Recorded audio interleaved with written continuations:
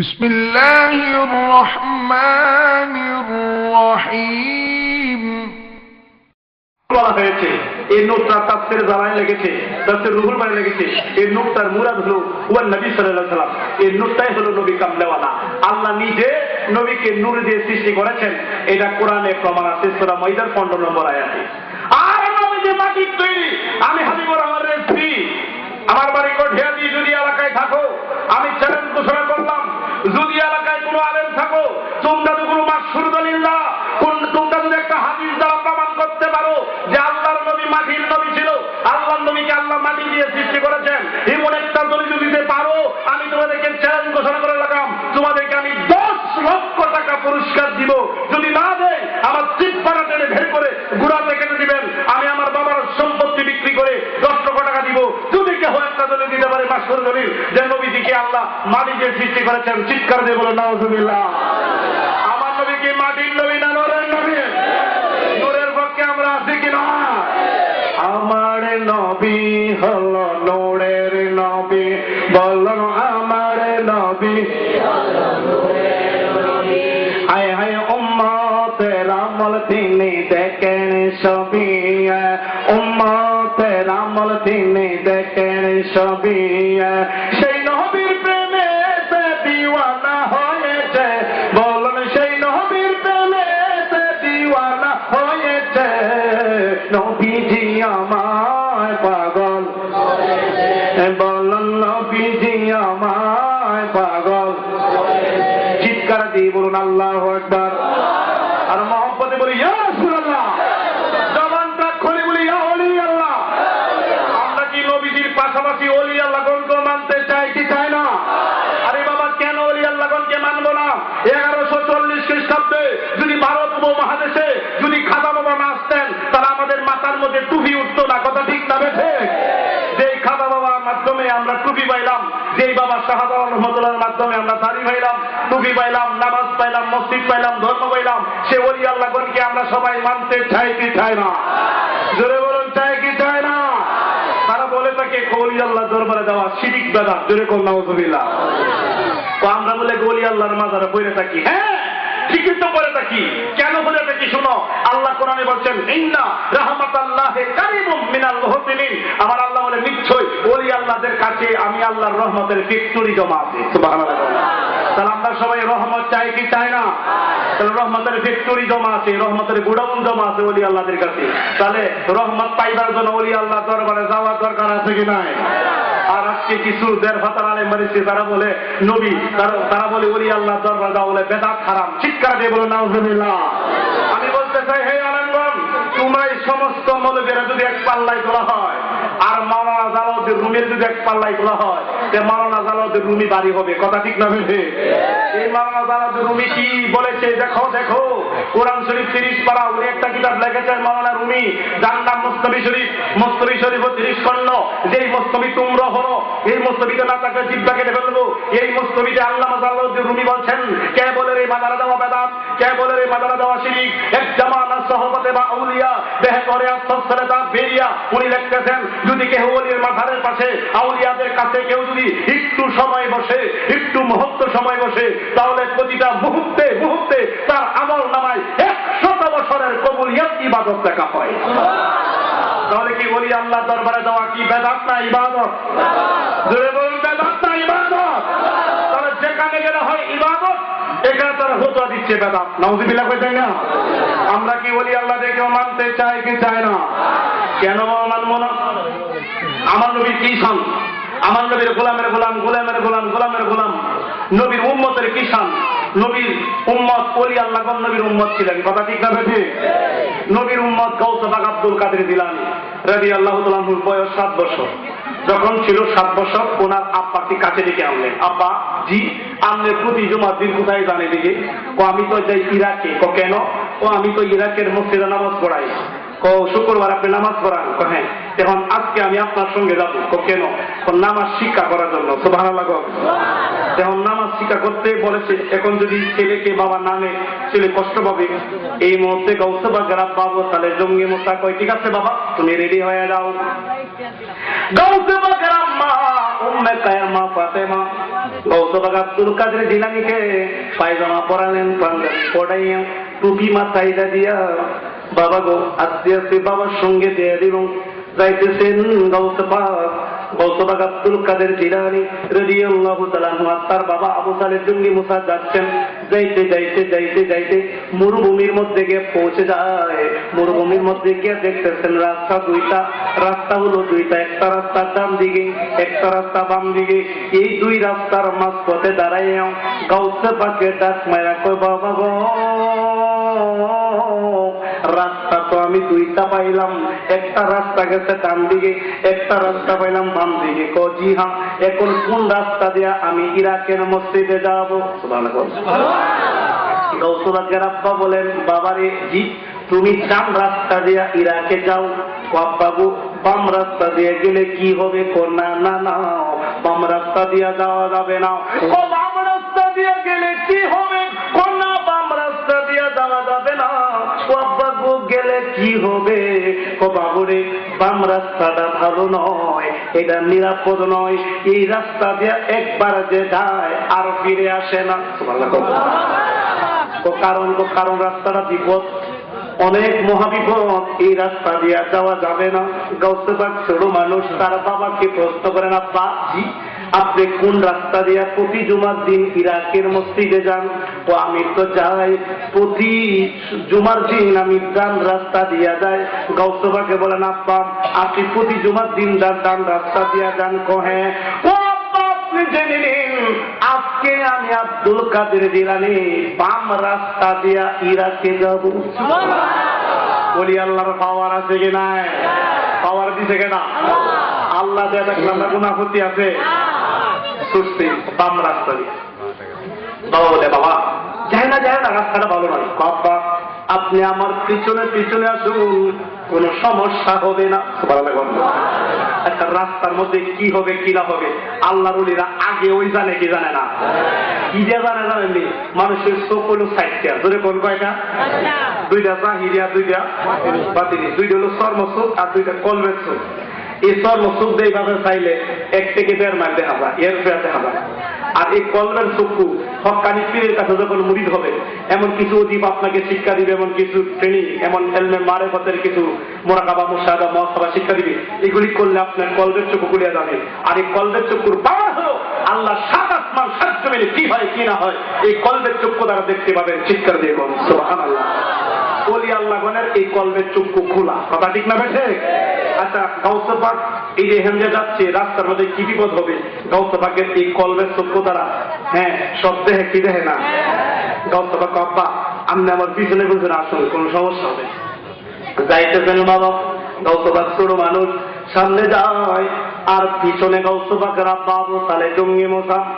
যাইতে যাইতে বাবা গো একটা পাহাড়ের কাছে চলে যায়। পাহাড়ের গুহার কাছে যখন চলে গেল, এই মুহূর্তে দেখতেছেন পাহাড়ের মধ্যে একটা টিলা দেখা যায়।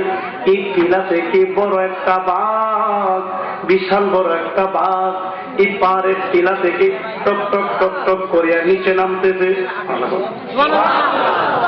আপনার কি কষ্ট হইতেছে? শেষ করে দিতাম নেই, আর আধা ঘন্টা পয়েন্ট করলে কষ্ট হবে। আচ্ছা, এই টিলার মধ্যে টিলা থেকে বাঘটা টক টক করিয়া নিচে নামতেছে।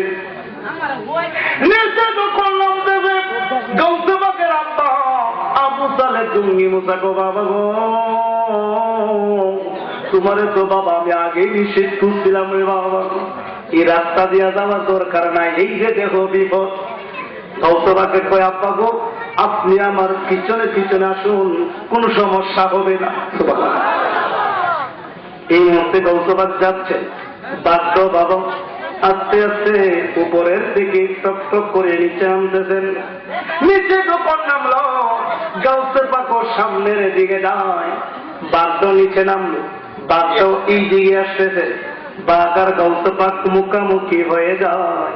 যখন মুখামুখি হয়ে গেল, এই মুহূর্তে গাউসে পাকের আব্বা আবু সালেহ জঙ্গি মুসা রাহমাতুল্লাহ আলাইহি উনি একটা পাহাড়ের টিলার মধ্যে দাঁড়ায় বলতেছেন, আল্লাহ গো আমার ছেলের কোন বাঘে খেয়ে ফেলে গো আল্লাহ। উনি দূরে তাকিয়া সিনারি দেখতেছে, বাঘে গৌসে পাকরে কি করে দেখে। তার বাবা দূরে দাঁড়ানো, এই মধ্যে গৌসে পাক আর বাঘ মুখামুখি হয়ে যায়। বাঘ যখন গৌসে পাকের সামনে গেল, এই মুহূর্তে বন্ধুগণ গৌসে পাকের দুইটা হাত এইভাবে বাড়াইয়া দিল, বাড়াইয়া দিয়া গৌসে পাকে এই বাঘের দুইটার কানের মধ্যে দুই রাখো, বাঘরে বাঘ তুই আমার চিনসনি রে বাঘ, তুই আমার চিনসনি, হ্যাঁ বাঘ তুই আমার চিনসনি, তুই আমার চিনসনি, আমার নাম হইল আব্দুল কাদের জিলানী। আর হুজুরে কন্যা সুবহানাল্লাহ। যখন এই কথা বললো, সাথে সাথে বাঘের লেজটা সোজা করে দিল, লেজটা সোজা করে দিলাম, বাঘের কপালটা লাগাইয়া গৌসে বাঘের কদমের মধ্যে একটা সেজদা মাইরা দিল। তার বাবা বলতেছেন, আল্লাহ ও আল্লাহ, আমার ঘরে আল্লাহ তুমি কি দিলা গো আল্লাহ, এটা তো সাধারণ মানুষ দেও নাই, আমার ঘরে যে হাজার সকল অলিকুলের সরদার দান করেছে, জোরে কোন সুবহানাল্লাহ। আচ্ছা, এমন আশ্চর্য ঘটনাহানি করে তার বাবা খুশি না বেজা? আল্লাহর কাছে শুকরিয়া আদায় করলে। গৌসে বাকের আব্বা কো আমি দূর থেকে সিনারি দেখতেছি, দেখি আরো কি করে। কতক্ষণ পরে দেখা যায় বাঘের জবানটা খুলে গেল। মানুষ যেমনি ভাবে কথা বলে, বাঘ বাবা মানুষের মতো কথা বলতেছেন। বাঘে বলেন এই আব্দুল কাদের জিলানী, আমি 7 দিন যাবৎ উপবাস ছিলাম, আমি 7 দিন যাবৎ ক্ষুধার্ত ছিলাম, আমি পাহাড়ের মধ্যে বসা ছিলাম। তখন দেখতেছি মরুভূমি দিয়া 2 জন লোক আসতেছে, একজন বড় আরেকজন ছোট। আমি মনে মনে ভাবছিলাম, বড় জনকে যদি না খাইতে পারি, ছোট জনকে খাই আমি ক্ষুধা নিবারণ করব। কিন্তু গাউসে বাগ তুমি যখন আমার সামনে আসলা গো, তোমারে আমি খাবো দূরের কথা, আমি বাক্য একজন নবীর পাগল, আমি বাক্য আখেরে জামানার নবীর পাগল, আমি বাঘ যে নবীর জন্য পাগল দিওয়ানা। তুমি গাউসে বাগ যখন আমার সামনে আসলা, আমি বাঘে যে নবীর জন্য পাগল, তুমি গাউসে বাগের শরীর থেকে আমার নূর নবীর গন্ধ পেয়ে ফেলেছি। গাউসে বাগ তো আওলাদে রাসূল ছিলেন, কথা ঠিক আছে? ও গাউসে বাগ, তোমার খাবো দূরের কথা, তুমি যেহেতু আমার নবীর আওলাদ, তোমার শরীর থেকে যেহেতু আমার নূর নবীর ঘ্রাণ পেয়ে ফেলেছি, এখন তোমাকে খাবো দূরের কথা গো, তোমার তাজিম করা, তোমার সম্মান করা আমি বাঘের জন্য ওয়াজিব হইয়া পড়েছি।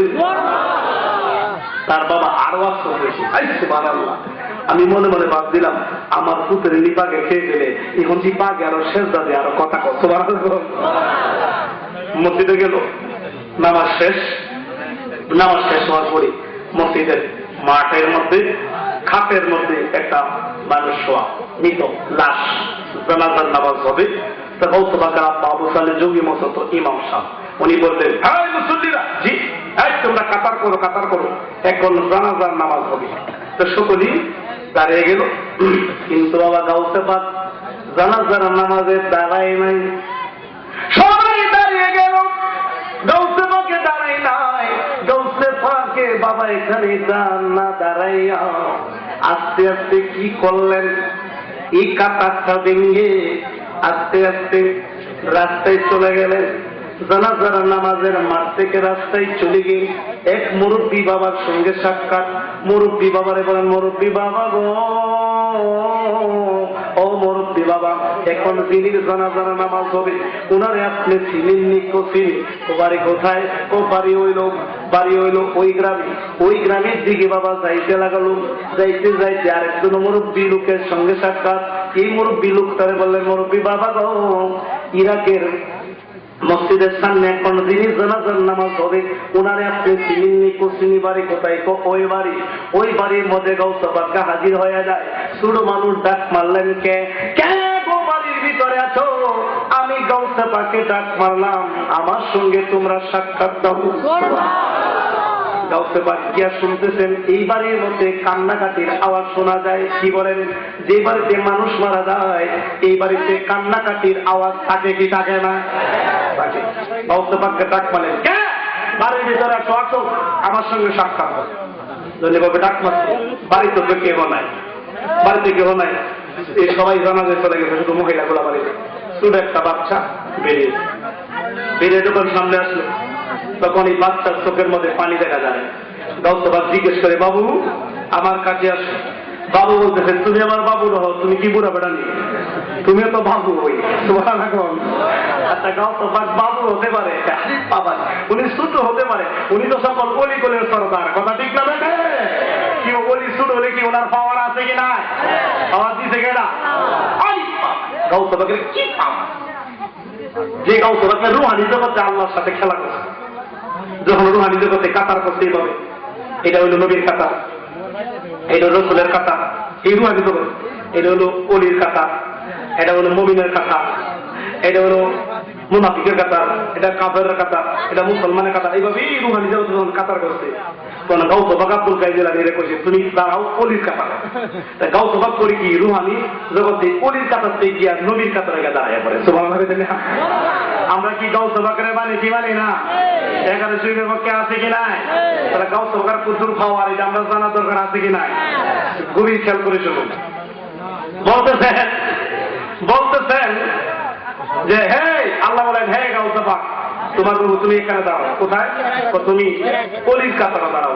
কিন্তু বাবা গাউসে পাক অলির কাতারে না দাঁড়াইয়া নবীর কাতারে দাঁড়াইয়া পড়ে। সুবহানাল্লাহ। আল্লাহ আরে তোমারে কইছি অলির কাতারে দাঁড়াই, আবার গোরান গাইসা অলির কাতারে দাঁড়া, কতক্ষণ পরে আবার দেখা নবীর কাতারে। সুবহানাল্লাহ। আচ্ছা এই গাউসে পাকের রূহ কে নবীর কাতারে লাগা, এটা আমার আল্লাহ জানে কি জানে না? এটা প্রমোশন পাইবার লাগে। সুবহানাল্লাহ না, আল্লাহ কো বুঝি দোস্ত বুদ্ধি কেন জানিয়া শুনেন, আপনি অলির কাতারে দাঁড়ান, কারণ আমার নবী খাতামুন নবীর শেষ নবী। আমার নবীর পরে কোন নবী নাই। যদি আমার নবীর পরে নবী থাকতো তাহলে গাউসে পাক আমি নবী বানাইতাম। সুবহানাল্লাহ। যেহেতু নবীর পরে নবী নাই, কাজে আপনি নবীর কাতারে দাঁড়ায়েন না, আপনি অলির কাতারে দাঁড়ান। তবে আপনারা আমি খুশি করতেছি, শুনেন আমার নবীর আমি বানাইলাম সুলতানুল আম্বিয়া, সকল নবী